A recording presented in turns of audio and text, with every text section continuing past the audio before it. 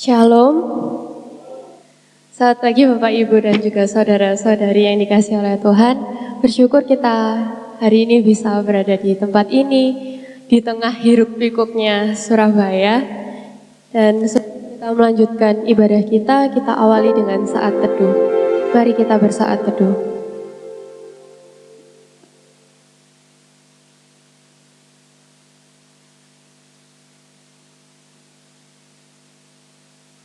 Amin. Saat ini mari kita bersatu dengan pujian, kita arahkan pandangan kita kepada Tuhan, dan dengan penuh keyakinan kita pujikan, Tuhan, ku menyembah-Mu.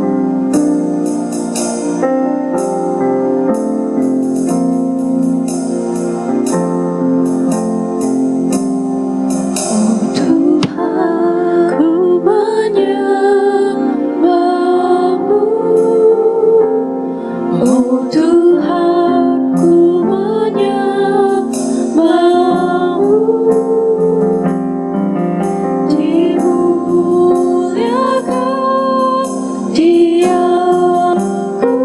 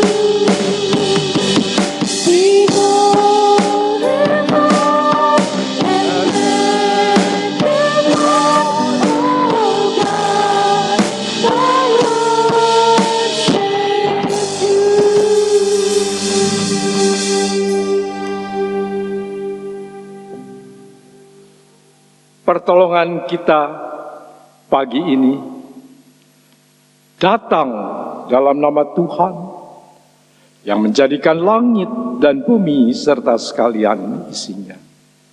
Ia yang memeliharakan kesetiaannya sampai selama-lamanya, dan Ia tidak pernah meninggalkan kita perbuatan tangannya.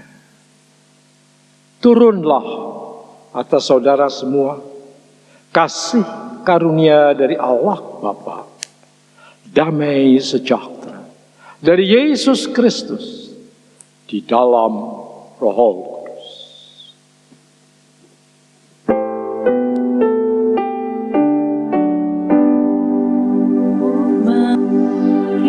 Allah Bapa, hormat bagi anaknya, hormat bagi Roh penghibur ketiganya yang esa. Haleluya, haleluya, ketiganya yang esa.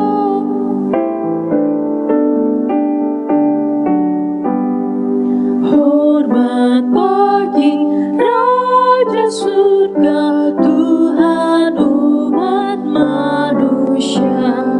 Hormat bagi Raja Salam di seluruh dunia.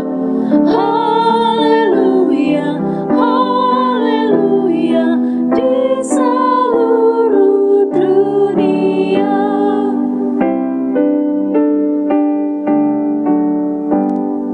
Haleluya, persembahan bala kerajaanmu diletakkan siang malam di hadapan tahtamu.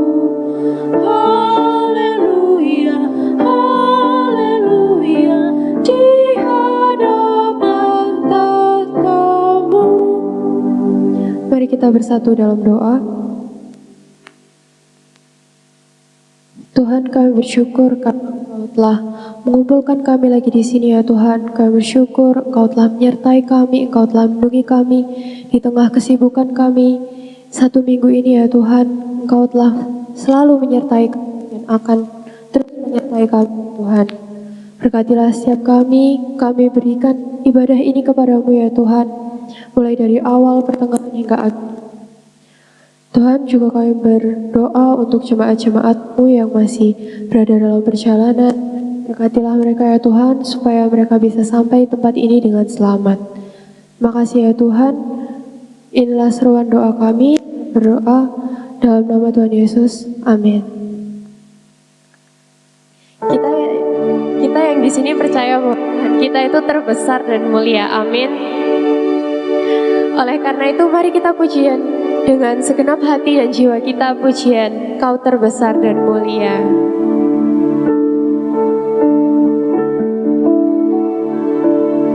Kau terbesar dan mulia, ajaib semua perbuatanmu. Kau terbesar dan mulia, biarlah semua memuji-Mu.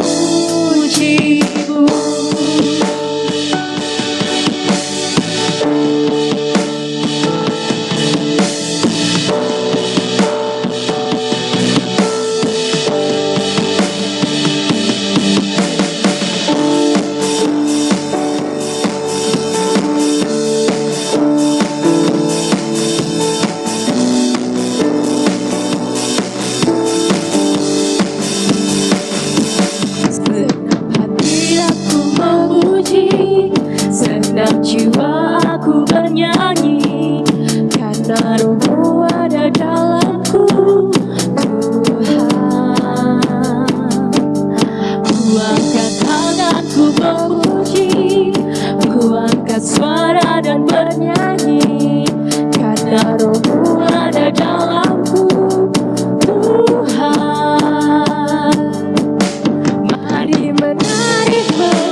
memuji, ucapkan sukacita di hati. Kau terbesar dan mulia, ajaib semua perbuatanmu. Kau terbesar dan mulia,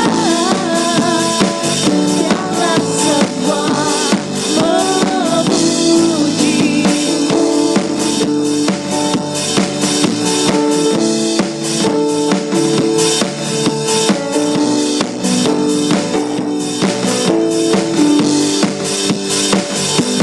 Segenap hati aku memuji, segenap jiwa aku bernyanyi, karena Roh-Mu ada dalamku, Tuhan.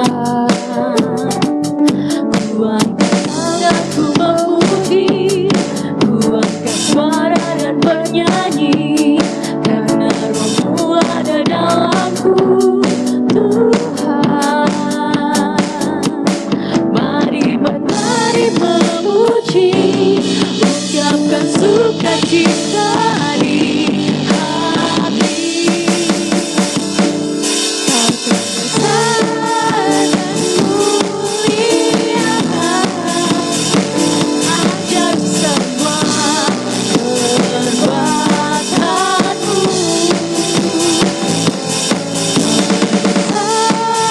Dan mulia, biarlah semua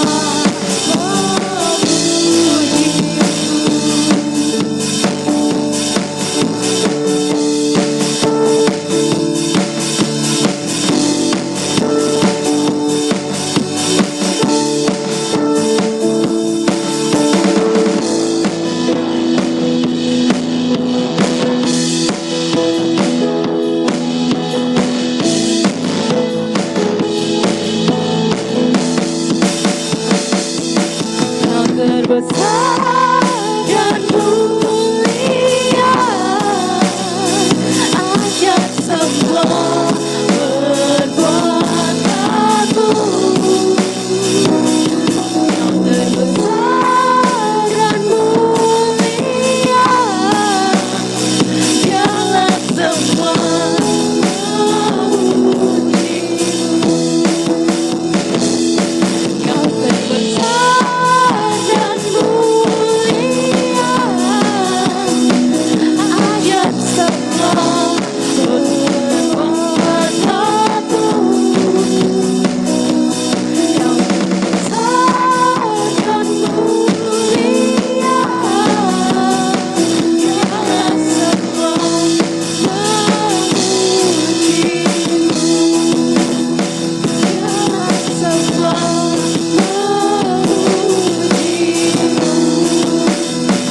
Biarlah semua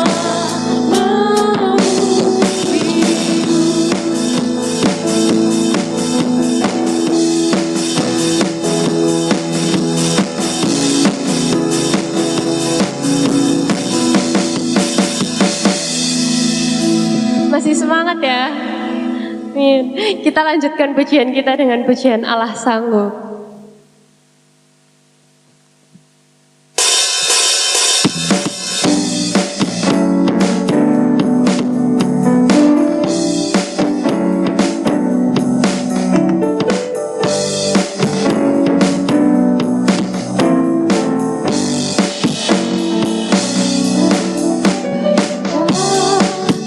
benar dilihat mata,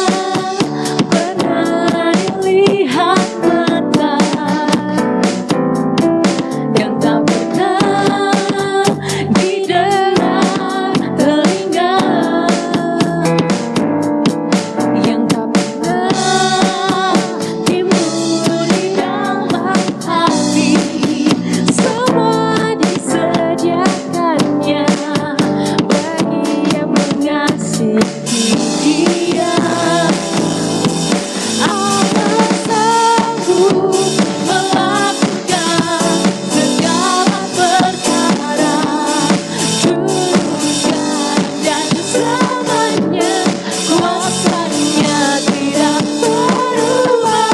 Allah sanggup melakukan segala perkara, dulu, sekarang, dan selamanya, kuasanya tak berubah.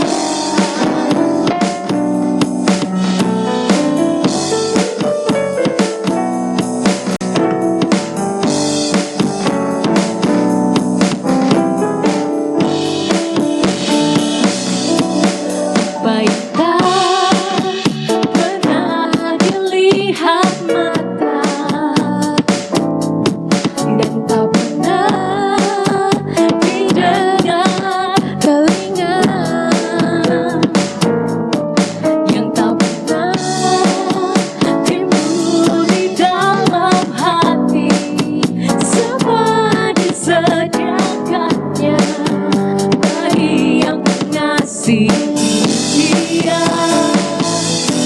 Allah sanggup melakukan segala perkara, dulu, sekarang, dan selamanya, kuasanya tidak berubah. Allah sanggup melakukan segala perkara, dulu, sekarang, dan selamanya, kuasanya tak berubah. Yang ibu-ibu saja yang bernyanyi. Allah sanggup melakukan segala perkara, dulu, sekarang, dan selamanya, kuasanya tidak berubah. Yang bapak-bapak. Allah sanggup melakukan segala perkara, dulu, sekarang, dan selamanya, kuasanya tak berubah. Kita sama-sama pujikan. Allah sanggup melakukan segala perkara, dulu, sekarang, dan selamanya, kuasanya tidak berubah. Allah sanggup melakukan segala perkara, dulu, sekarang, dan selamanya, kuasanya tak berubah. Dulu, sekarang, dan selamanya, dulu, sekarang, dan selamanya, dulu, sekarang, dan selamanya, kuasanya tak berubah.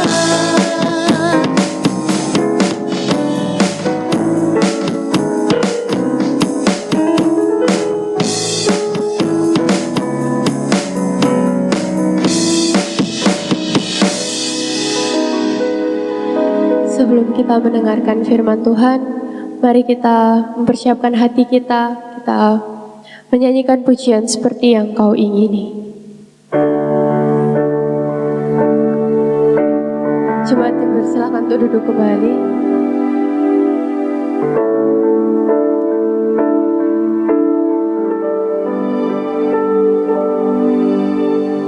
Bukan dengan barang fana Kau membayar dosaku, dengan darah yang mahal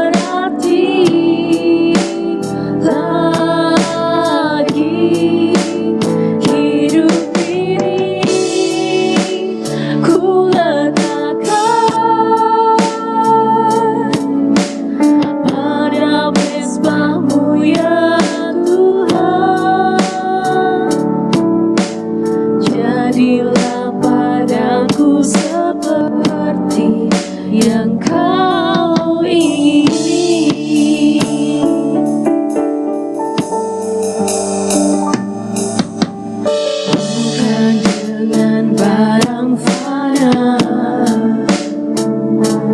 Kau membayar dosaku dengan darah yang mahal. Tiada noda dan celah, bukan dengan emas perak. Kau menebus diriku oleh segenap kasih dan pengorbananmu.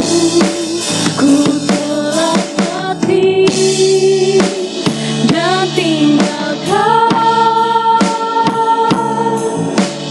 cara hidupku yang lama. Semuanya sia-sia dan tak berarti lagi. Hidup ini ku letakkan pada mezbah-Mu ya Tuhan. Jadilah padaku seperti yang Kau ingini. Jemaat dipersilakan untuk bangkit berdiri. Telah mati dan tinggalkan cara hidupku yang lama. Semuanya sia-sia dan tak berarti lagi. Hidup ini ku letakkan pada mezbah-Mu ya Tuhan. Jadilah padaku seperti yang Kau ingini.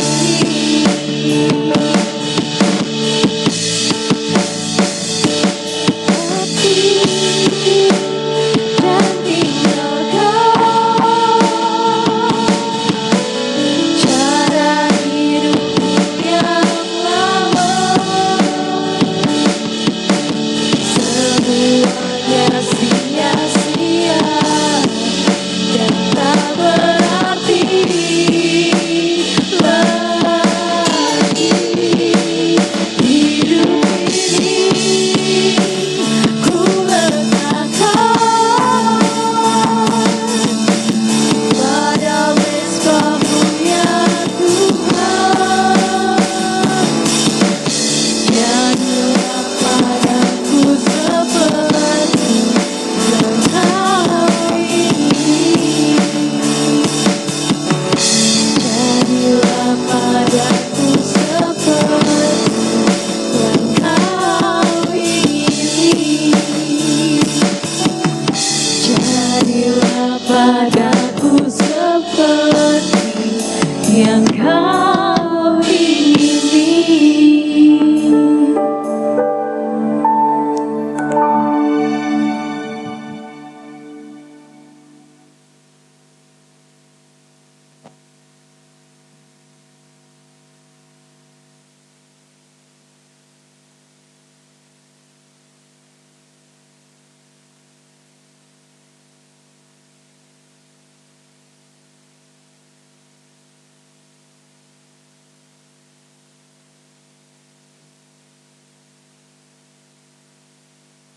Kami tahu Tuhan, penebusan Tuhan bagi kami semua sungguh besar. Tanpa penebusan Tuhan kami tetap hidup di dalam kegelapan, tetap hidup tidak jelas, tetap hidup di dalam murka Tuhan. Kami berterima kasih untuk pengorbanan Tuhan bagi kami semuanya. Kalau kami akan mendengarkan kebenaran firman-Mu Kiranya Tuhan menolong kami semuanya, supaya kami mengerti bahwa firman-Mu itu benar. Firman-Mu itu menuntun kami, supaya kami tidak berjalan di dalam kegelapan, tapi kami boleh memandang Tuhan yang memiliki segala sesuatu, termasuk hidup kekal yang Tuhan janjikan kepada kami. Terima kasih ya Tuhan, di dalam nama Tuhan Yesus kami berdoa. Amin.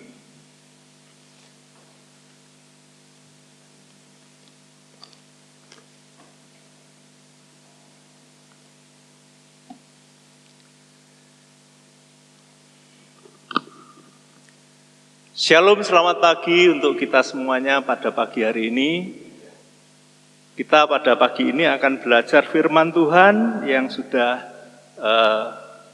ditentukan dengan tema hasil karya kita dinilai. Hasil karya kita dinilai. Ini satu judul, satu tema yang sangat berat. Karena sering orang tidak sadar bahwa segala perilaku kita, mungkin yang baru kita pikirkan masih belum dilakukan, mungkin sikap kita, mungkin segala tindak tanduk kita yang tidak kita sadari, itu ternyata di dalam penilaian Tuhan, di dalam pengawasan Tuhan sendiri. Kita akan belajar firman Tuhan pada pagi ini dari 1 Korintus 5 ayat yang ke-10 dan yang ke-11. Saya akan bacakan untuk kita semuanya. 2 Korintus 5 ayat 10 dan 11. Saya baca demikian firman Tuhan. Sebab kita semua harus menghadap tahta pengadilan Kristus, supaya setiap orang memperoleh apa yang patut diterimanya, sesuai dengan yang dilakukannya dalam hidupnya ini, baik ataupun jahat. Kami tahu apa artinya takut akan Tuhan, karena itu kami berusaha meyakinkan orang. Bagi Allah hati kami nyata dengan terang, dan aku harap hati kami nyata juga demikian bagi pertimbangan kamu. Amin firman Tuhan. Bapak, Ibu, Saudara yang dikasihi Tuhan, bahwa semua orang ya, dari keyakinan apapun di dalam iman Kristiani, mereka semuanya kelak akan menghadap tahta pengadilan Kristus. Jadi Kristus itu ditentukan untuk menghakimi orang yang hidup dan yang mati. Ya, kita tahu di dalam pengakuan iman rasuli ditentukan bahwa Kristus akan datang untuk menghakimi orang yang hidup dan yang mati. Itu kalau kita baca di dalam 1 Petrus pasal 4 ayat yang kelima demikian. Tetapi mereka harus memberi pertanggungan jawab kepada Dia yang telah siap sedia menghakimi orang yang hidup dan yang mati. Jadi dasar dari pengakuan iman rasuli yang kita sering mengaku ya bersama-sama di gereja ini, bahwa Kristus kelak akan datang untuk menghakimi orang yang hidup dan yang mati. Jadi tidak ada seorang pun di dunia ini yang lolos dari penghakiman itu. Semua orang harus bertanggung jawab. Ini satu yang luar biasa yang tidak kita pahami, yang tidak kita mengerti, bahwa tidak ada seorang pun yang lolos. Kenapa? Karena Tuhan menjadikan manusia itu untuk tujuannya. Jadi kita itu ditentukan Tuhan untuk melakukan kehendaknya. Kalau Tuhan itu menghadirkan manusia di dunia itu, manusia juga kelak harus bertanggung jawab. Karena manusia di dunia ini ditentukan Tuhan dengan menyediakan segala fasilitasnya. Tuhan memberikan segala fasilitasnya untuk hidup dengan layak di hadapan Tuhan. Jadi manusia ini sebenarnya ketika di dunia, siapapun dia, dari bayi sampai manula, itu menggunakan fasilitas dari Tuhan. Fasilitas itu berupa apa? Berupa tubuh, jiwa dan roh. Berupa apa? Berupa tanah yang diinjak. berupa air yang diminum, berupa udara yang dihirup, berupa tumbuh-tumbuhan yang menghasilkan oksigen, berupa tanaman yang harus menjadi sayuran, menjadi bahan pangan, menjadi bahan industri dan sebagainya. Dan banyak lagi fasilitas lain yang tidak disadari oleh manusia. Ini penggunaan fasilitas ini harus dipertanggungjawabkan kelak.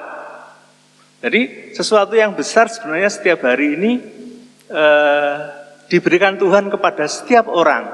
Tapi orang seringkali tidak menyadari kalau semua fasilitas ini diberikan Tuhan supaya kita menghasilkan yang benar, yang baik. Yang kelak kita harus pertanggungjawabkan. Ini tidak kita sadari. Jadi Tuhan itu tidak asal-asalan mencipta manusia. Semuanya itu nanti kelak harus dipertanggungjawabkan. Karena Tuhan menjadi hakim atas orang yang hidup dan yang mati. Nah ini ya. Jadi di dalam penghakiman itu Tuhan mengelompokkan dua kelompok manusia. Yang pertama adalah orang-orang yang hidup.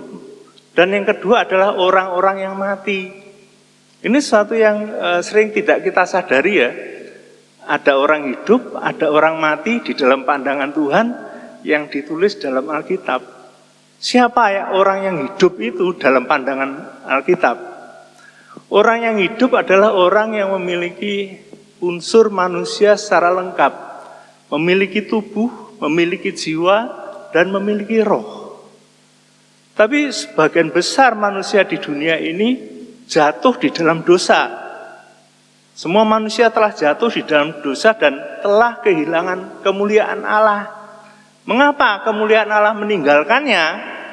Karena dasarnya adalah satu, rohnya mati, rohaninya ini mati. Karena apa? Karena dia telah berbuat dosa. Dosa dari mana? Yang pertama dosa warisan, dosa orang tuanya. Yang kedua dosa yang diperbuatnya sendiri. Dosa ini yang menyebabkan manusia mati.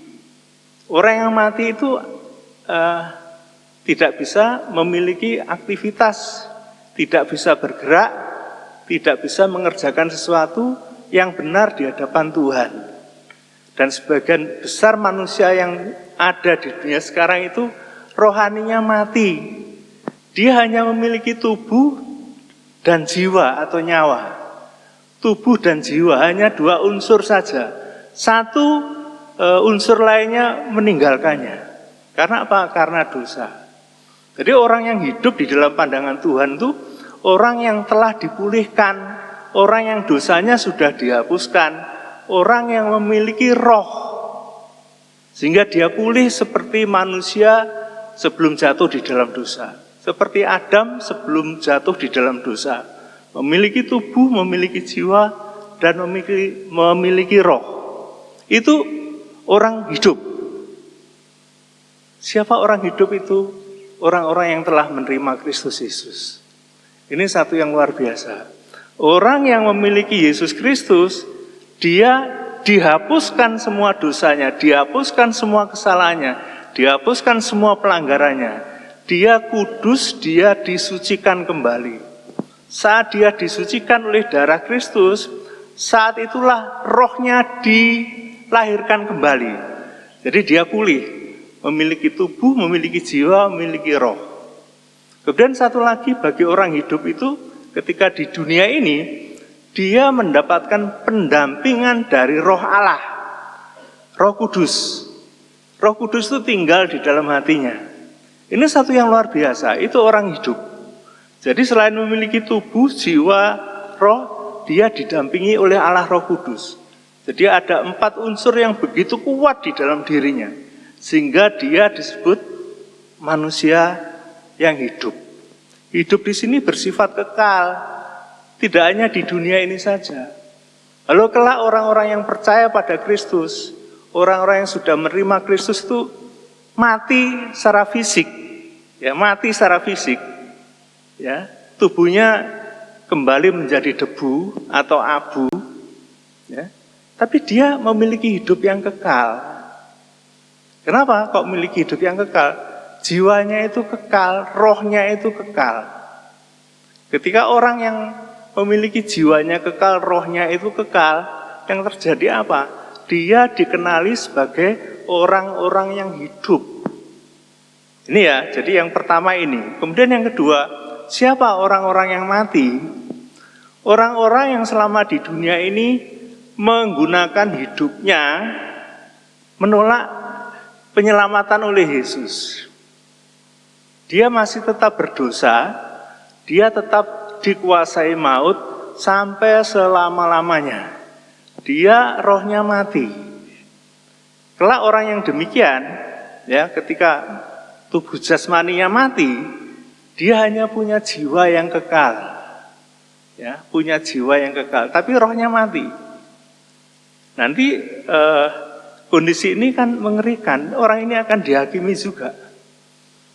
Orang yang percaya pada Kristus akan dihakimi menurut apa yang dilakukannya selama di dunia ini. Ini sesuatu yang besar, yang sering mungkin tidak kita sadari bahwa ini akan terjadi. Kemudian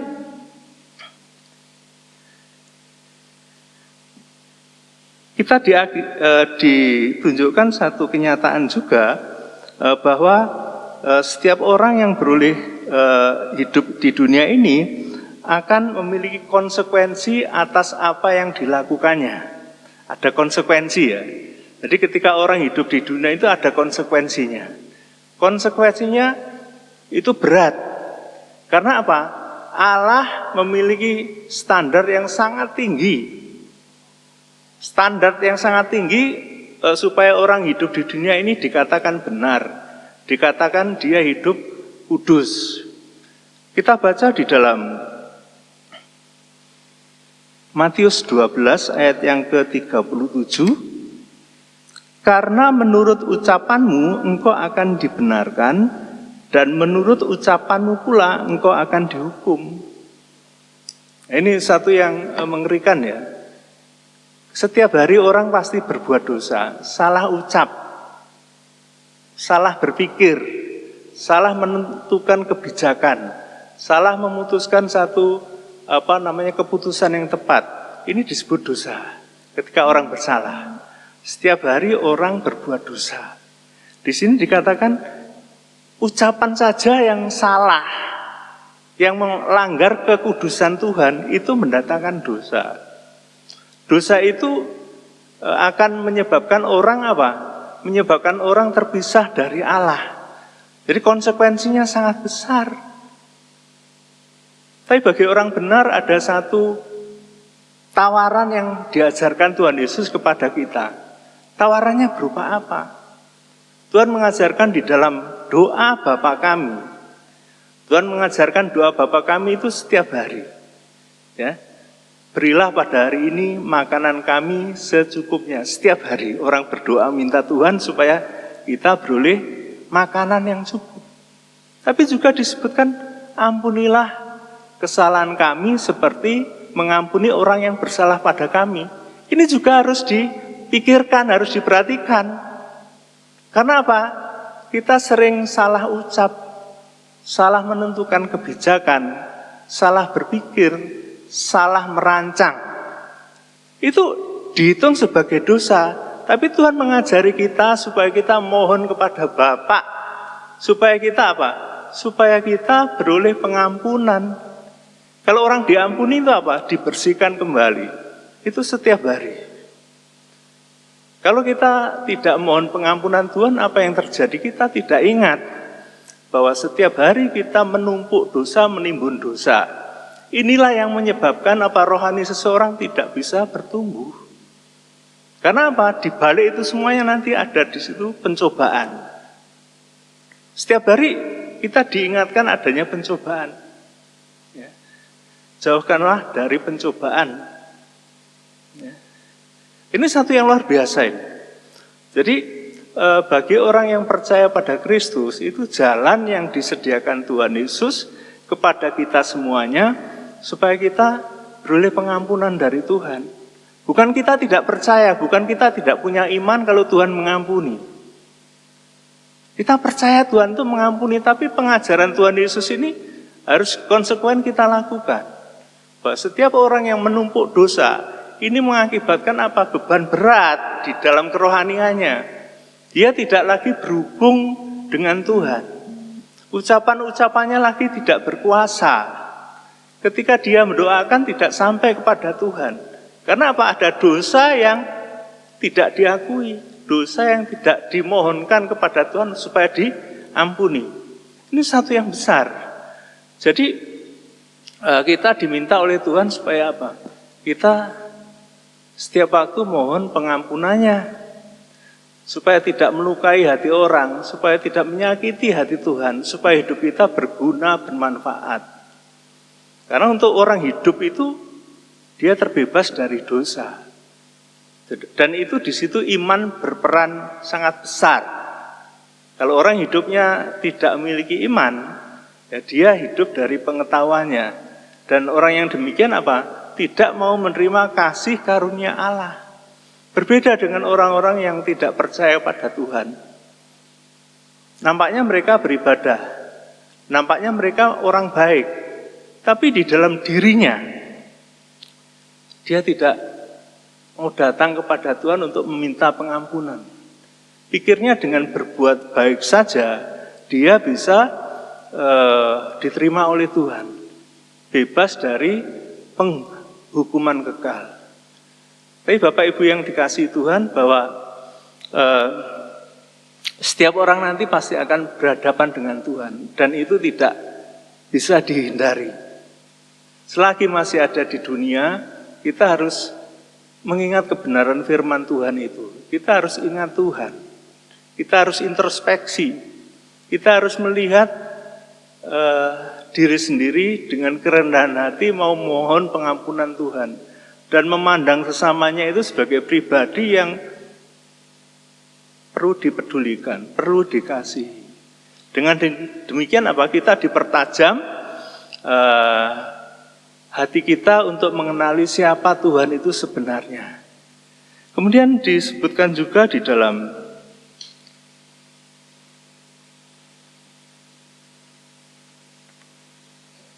Daniel 12 ayat 2 dikatakan demikian. Dan banyak dari antara orang-orang yang telah tidur dalam debu tanah akan bangun, sebagian untuk mendapat hidup yang kekal, sebagian untuk menjalani kehinaan dan kengerian kekal. Jadi semua orang nanti akan dibangkitkan oleh Tuhan. Ya, pada akhir masa kelak itu Tuhan akan membangkitkan semua orang. Ya, baik orang yang percaya kepada Tuhan, yang disebut orang-orang hidup tadi, dan orang-orang mati. Orang mati itu siapa tadi dalam pengertian Alkitab? Orang yang menolak Yesus Kristus. Ya, orang hidup itu siapa?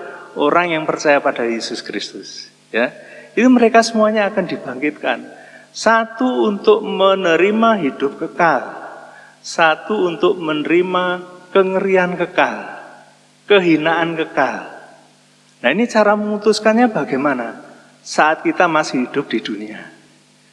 Selagi kita masih diberi kesempatan untuk bernafas, kita memutuskan yang baik. Ada tawaran yang demikian indah yang diberikan kepada manusia untuk beroleh hidup kekal. Apa toh hidup kekal itu? Hidup kekal itu di dalam Yohanes 17 ayat yang ketiga disebutkan, ia mengenal Yesus Kristus dan mengenal Allah Bapa. Orang yang kenal Yesus Kristus berarti dia memiliki kedekatan, memiliki iman, memiliki percaya kepadanya. Dia hidup bersama. Jadi dengan kata lain, orang yang beroleh hidup kekal itu adalah orang yang bersama-sama dengan Allah. Orang yang bersama-sama dengan Tuhan. Apakah ada yang kurang orang yang bersama Tuhan? Mestinya tidak. Karena apa? Dia tidak khawatir, dia tidak takut, dia memiliki kedekatan dengan Tuhan. Apa yang diperlukannya tinggal ngomong. Tuhan pasti sediakan. Dan Tuhan tidak pernah lupa akan orang-orang yang percaya kepadanya. Dia akan memperoleh bagiannya. Karena Tuhan tuh pemilik janji itu mengatakan demikian. Beroleh hidup kekal. Sedangkan orang-orang yang tidak percaya pada Tuhan bagaimana? Nah, tidak akan beroleh hidup kekal. Ini satu yang mengerikan. Kemudian kalau kita baca di dalam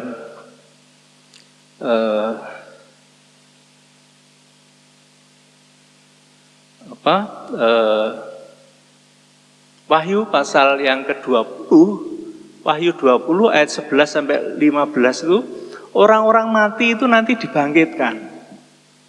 Jadi orang-orang mati tadi apa pengertiannya? Orang-orang yang tidak percaya Yesus, orang-orang yang tidak mau menerima keselamatan yang sudah diberikan secara gratis oleh Kristus. Mereka dibangkitkan. Ya. Mereka hanya punya apa? Jiwa. Dan yang dibangkitkan itu tubuh. Tubuhnya dibangkitkan, menerima tubuh kekekalan, dan memiliki jiwa. Rohnya mati. Mereka bangkit. Mereka bisa berbicara. Dan saat itu kalau di dalam Wahyu pasal 20 ayat 11 sampai 15, mereka dihakimi menurut perbuatannya. Berbuat baik, berbuat jahat, mereka akan diadili. Dan satu lagi, mereka akan dilihat di dalam daftar kitab kehidupan. Kalau namanya tertulis di situ, dia akan selamat. Tapi orang yang mati, namanya nggak akan pernah ditulis dalam kitab kehidupan. Jadi orang-orang mati kelak itu akan dilemparkan dalam lautan api kekal. Itulah yang disebut dengan kematian yang kedua. Jadi kematian yang kedua itu ketika di dunia, saat dia tidak percaya pada Kristus, maaf itu kematian yang pertama ya. Ya, saat dia tidak percaya pada Kristus itu disebut kematian yang pertama. Mati karena dosa. Yang kedua, mereka di dalam pengadilan akhir nanti, namanya tidak ada dalam kitab kehidupan, mereka akan dilemparkan ke lautan api. Itulah disebut kematian yang kedua. Jadi kalau orang mati, orang tidak percaya Kristus mengalami dua kematian. Dan kematian yang kedua itu kekal, tidak bisa dihindari. Tapi orang yang percaya hanya memiliki satu kematian. Ketika dia jatuh di dalam dosa, dia mati. Tapi ketika dia percaya Yesus, dia dibangkitkan. Dia beroleh hidup kekal. Jadi pengadilan yang demikian itu akan terjadi, pengadilan atas orang yang hidup dan atas orang yang mati. Nah di sini tadi orang-orang yang hidup juga akan diadili oleh Tuhan. Orang yang hidup tadi siapa? Orang-orang yang telah mengaku percaya pada Yesus. Pengadilannya berupa apa? Mari kita baca. Di dalam 1 Korintus 3, kita akan baca ayat yang ke-12 sampai ayat yang ke-14. Entahkah orang membangun di atas dasar ini dengan emas, perak, batu permata, kayu, rumput kering atau jerami. Sekali kelak pekerjaan masing-masing orang akan nampak. Karena hari Tuhan akan menyatakannya. Sebab ia akan nampak dengan api dan bagaimana pekerjaan masing-masing orang akan diuji oleh api itu. Jika pekerjaan yang dibangun seseorang tahan uji, ia akan mendapat upah. Ayat yang ke-15, jika pekerjaannya terbakar, ia akan menderita kerugian, tetapi ia sendiri akan diselamatkan, tetapi seperti dari dalam api.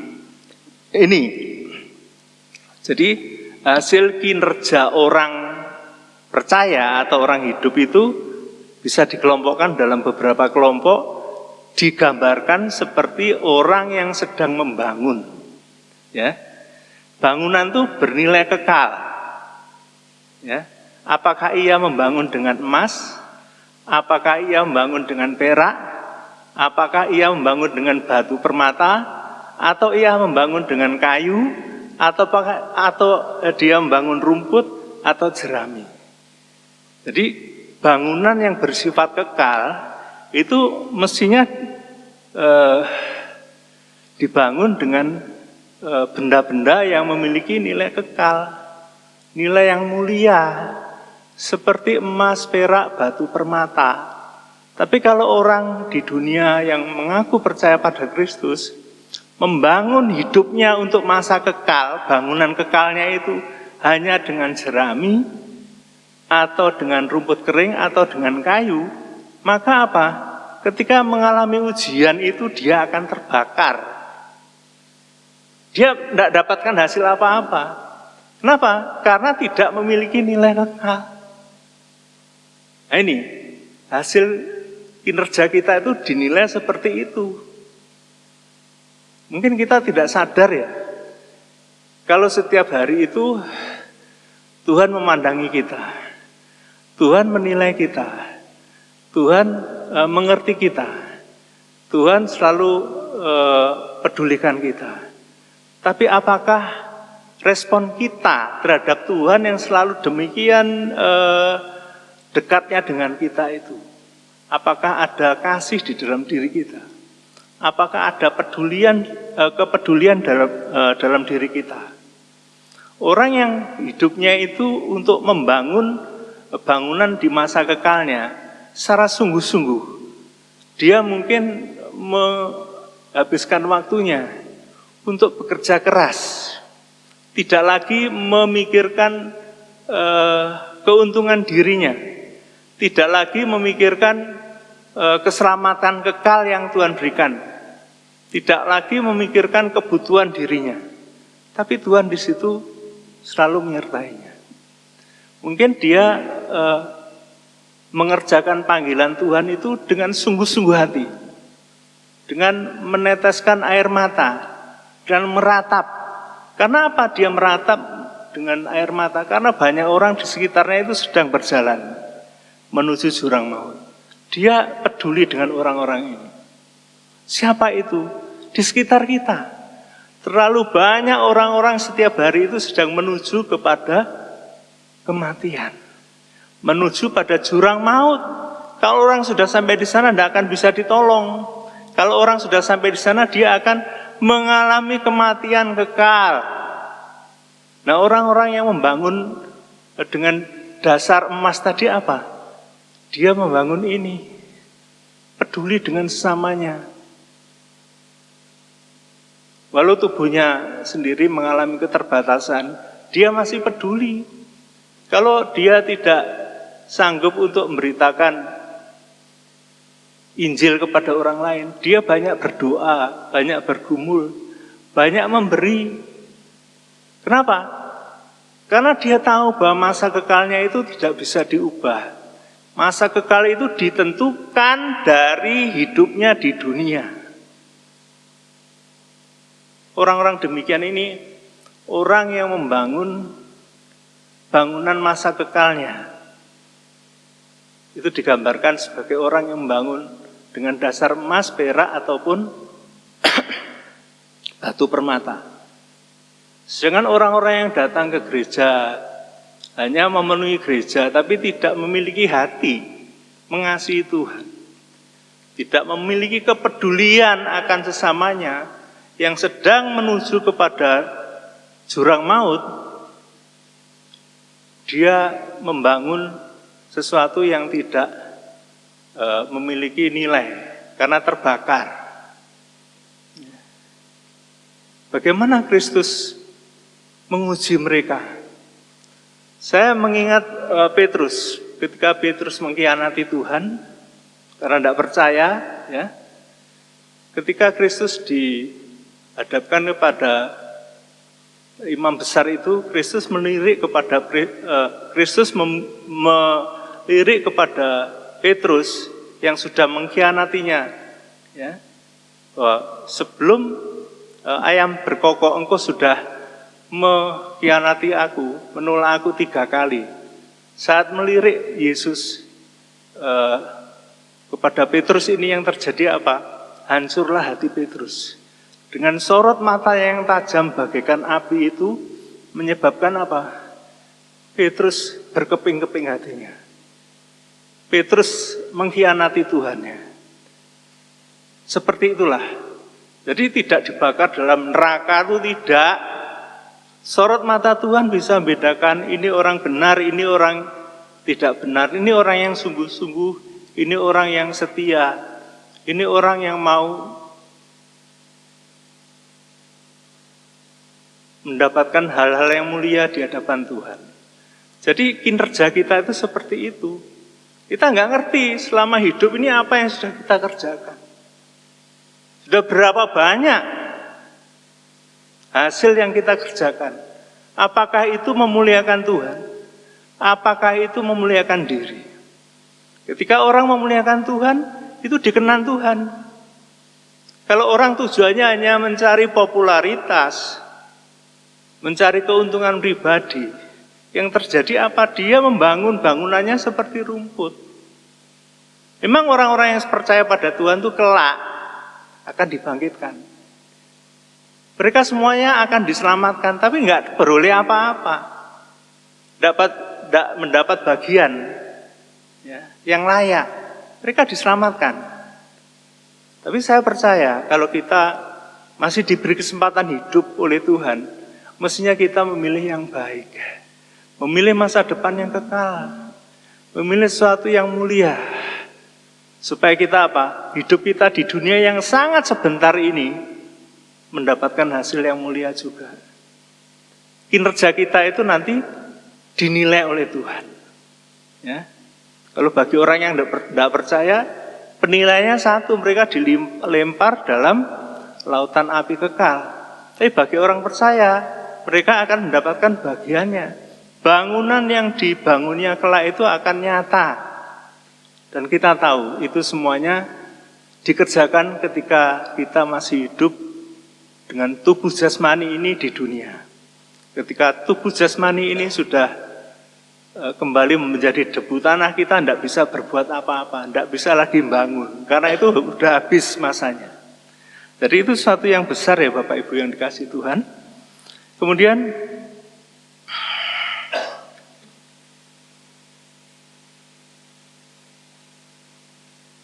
dalam Matius 3 ayat yang ke-8, Matius 3 ayat yang ke-8 dikatakan demikian. Jadi hasilkanlah buah yang sesuai dengan pertobatan. Pernyataan itu disampaikan oleh Yohanes Pembaptis kepada orang-orang yang datang kepadanya untuk dibaptis. Orang-orang yang datang kepadanya itu menginginkan kerajaan Allah, menginginkan pertobatan, menginginkan hidup yang kekal. Tapi Yohanes mengatakan, jadi hasilkanlah buah pertobatan. Ya, ini satu yang luar biasa. Yang penting di dalam hidup ini ketika kita sudah menerima Kristus Yesus, hasilkanlah buah pertobatan itu. Kita tahu bahwa pertobatan itu ketika orang datang kepada Kristus, dia menyesal. Kemudian dia menerima Yesus Kristus sebagai Tuhan dan penyelamatnya. Dia beroleh hidup kekal, dia bertobat. Dan Tuhan meminta supaya kita menghasilkan buah pertobatan itu. Apa buah pertobatan itu? Buah yang dikehendaki Tuhan. Jadi ketika orang bertobat, tapi kalau dia tidak menghasilkan, apa yang terjadi? Dia mengingkari pertobatannya. Dia mengingkari pertobatannya. Mungkin ada sekian lama orang sudah beribadah di gereja. Mungkin melayani Tuhan. Sebagai pelayan Tuhan, sebagai hamba Tuhan. Sudah banyak yang dikerjakan, menyembuhkan orang sakit, mengusir setan, berkhotbah secara luar biasa. Tapi ia sendiri ditolak.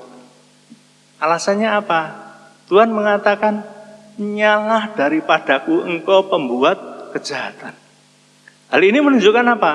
Bahwa selama hidupnya ketika percaya kepada Tuhan, dia tidak menghasilkan buah pertobatan. Apa yang dikerjakannya? Yang dikerjakannya adalah untuk memuliakan dirinya, untuk kepentingan pribadinya. Dan itu banyak terjadi sampai hari ini. Dari ketika Yesus Kristus masih ada di dunia sampai hari ini, begitu banyak orang-orang yang demikian. Untuk itu kita diminta untuk apa? Menghadapi hal ini, yaitu memiliki kerendahan hati. Seperti dikatakan di dalam Lukas ayat yang pasal yang ke-18, ayat yang ke-13. Lukas 18 ayat yang ke-13 dikatakan, Tetapi pemungut cukai itu berdiri jauh-jauh. Bahkan ia tidak berani menengadah ke langit, melainkan ia memukul diri dan berkata, "Ya Allah, kasihanilah aku, orang berdosa ini." Aku berkata kepadamu, orang ini pulang ke rumahnya sebagai orang yang dibenarkan Allah, dan orang lain itu tidak. Sebab barang siapa meninggikan diri, ia akan direndahkan, dan barang siapa merendahkan diri, ia akan ditinggikan. Jadi sikap hati yang diperlukan supaya orang dibenarkan Tuhan, supaya ia menghasilkan buah pertobatan, supaya ia dapat membangun bangunan kekal itu dengan dasar yang mulia seperti emas, perak ataupun batu permata. Ia harus memiliki kerendahan hati, tidak meninggikan diri, tidak mudah besar kepala ketika dipuji, melainkan apa? Dia tetap merendahkan dirinya di hadapan Tuhan.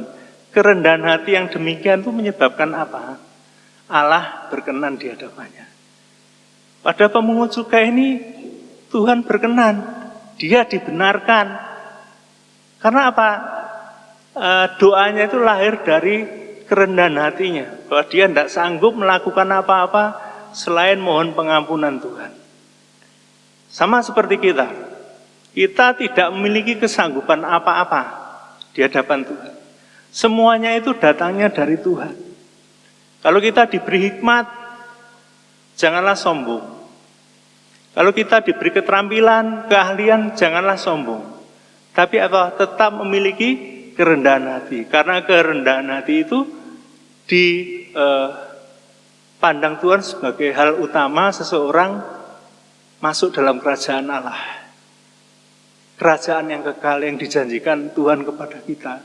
Dan kerajaan kekal itu sebenarnya sudah diberikan kepada kita saat kita percaya kepada Tuhan. Hanya ketika di dunia ini kerajaan kekal itu hanya kita dapat menerimanya oleh iman. Ketika seseorang hidupnya tidak oleh iman, dia tidak akan mengalami kerajaan kekal itu, kerajaan Allah itu. Yang dialaminya apa? Ya seperti orang-orang dunia dapatkan. Kita orang-orang yang bukan dari orang dunia, tapi kita adalah orang-orang yang hidup, orang-orang yang telah diampuni dosanya, orang-orang yang sudah dihapuskan segala bentuk penghukumannya, tidak lagi mendapatkan murka.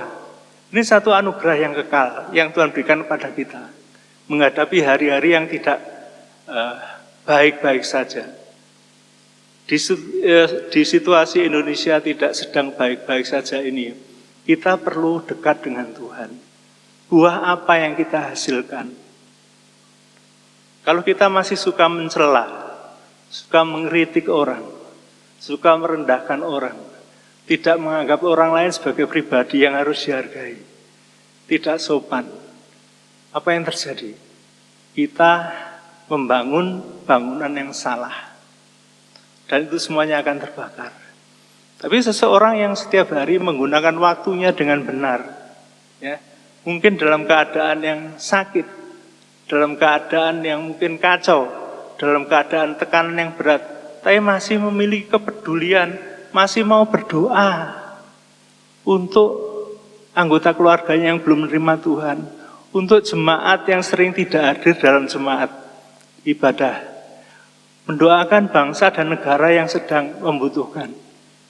Itu sesuatu yang luar biasa. Itu kita menggunakan waktu kita dengan benar. Baik, mari kita berdoa.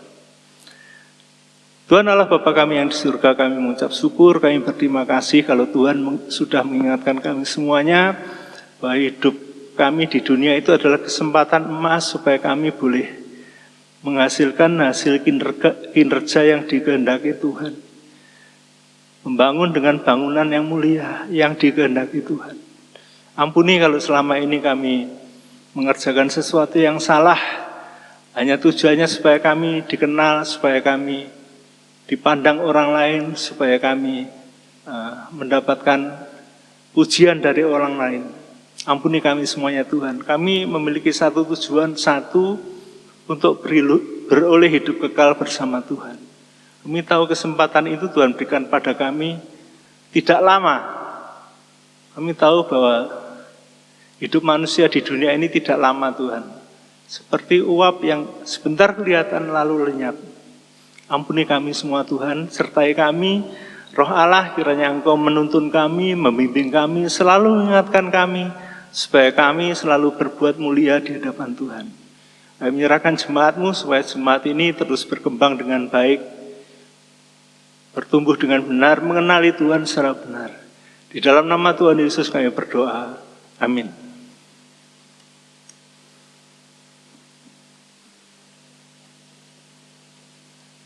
Mari kita berdoa untuk persembahan yang akan dijalankan. Kembali kami mengucap syukur kepada-Mu ya Tuhan. Kau begitu baik bagi kami, Kau telah memelihara kehidupan kami dari hari lepas hari. Terima kasih Tuhan atas pemeliharaan Tuhan. Dan terima kasih atas berkat-berkat yang sudah Tuhan berikan kepada kami. Kini tiba saatnya bagi kami untuk mengembalikan sebagian dari berkat yang kami terima. Berkati persembahan ini Tuhan, agar persembahan ini dapat dipergunakan untuk pekerjaan dan pelayanan Tuhan di tempat ini. Terima kasih Bapa. Dalam nama Tuhan Yesus kami sudah berdoa. Amin. Sementara persembahan dijalankan, kita menyanyikan lagu Tiada Terukur.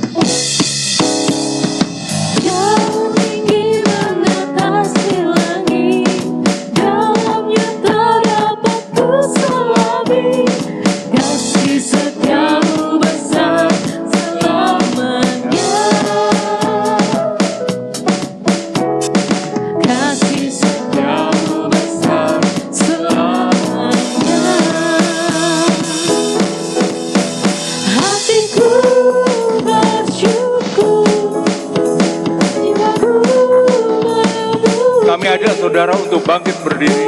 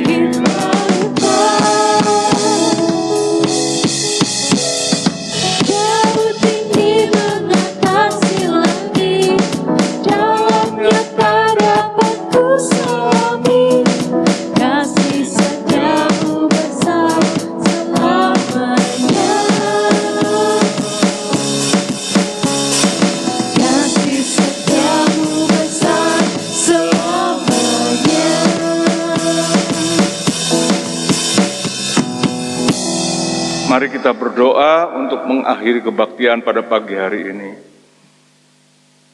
Kembali kami mengucap syukur kepada-Mu ya Tuhan.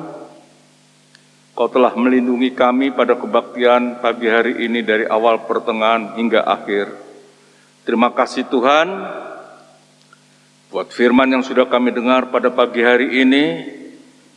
Kiranya firman-Mu biar tertanam di dalam hati kami masing-masing dan boleh kami terapkan di dalam kehidupan kami sehari-hari. Kami berdoa Tuhan untuk pemeliharaan jemaat Gereja Isa Al-Masih, baik yang ada di pusat maupun yang ada di pos-pos PI. Kiranya Tuhan akan pelihara kehidupan mereka, kerohanian mereka, dan mereka yang sedang sakit, biarlah Tuhan jamah, Tuhan sembuhkan dari segala sakit penyakitnya, dan mereka yang sedang mengalami kesulitan hidup, biarlah Tuhan juga akan memberikan jalan keluar bagi mereka. Kami juga berdoa agar jemaat lebih mengasihi Tuhan dan dapat menerapkan firman Tuhan di dalam kehidupannya sehari-hari. Bapa di dalam surga, kami juga berdoa untuk negara kami, NKRI, agar kestabilan sosial dan politik dan harga-harga,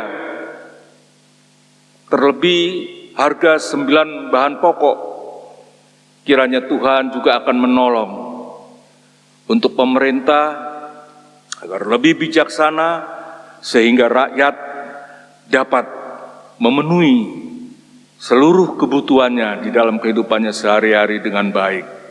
Kami juga berdoa dengan kondisi saat ini Tuhan, terjadi kerusuhan di beberapa kota, terlebih yang ada di kota Surabaya, kiranya Tuhan juga akan menolong agar para demonstran ini boleh terketuk hatinya untuk dapat mengaspirasikan segala permasalahan yang ada di Indonesia ini dengan baik. Tidak terjadi kerusuhan, penjarahan, dan sebagainya, sehingga demo ini boleh berjalan dengan baik dan lancar. Dan kami mohon Tuhan agar demo ini boleh dapat terselesaikan dengan baik. Terima kasih Bapak. Dan kami juga berdoa untuk konflik peperangan antar negara yang ada di Israel dan Hamas, Rusia dan Ukraina, Thailand dan Kamboja. Kiranya Tuhan juga akan mengetuk hati para pemimpin mereka untuk boleh menghentikan segala bentuk peperangan ini dengan baik. Terima kasih Bapak. Kalau sebentar kami akan pulang ke rumah kami masing-masing. Mohon pimpinan dan penyertaan Tuhan di dalam perjalanan pulang kami, sehingga kami boleh tiba di rumah dengan selamat. Terima kasih Bapa. Di dalam nama Tuhan Yesus kami sudah berdoa.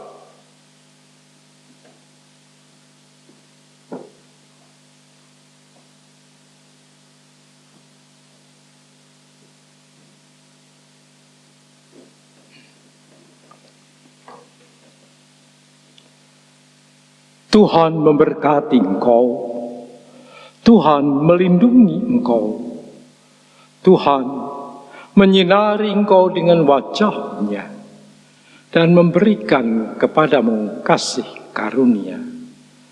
Tuhan menghadapkan wajah-Nya kepadamu, memberikan damai sejahtera.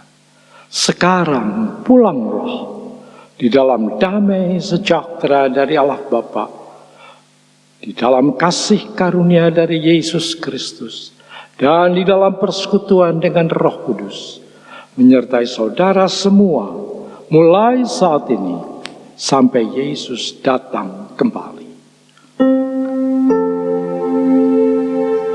Bapa, terima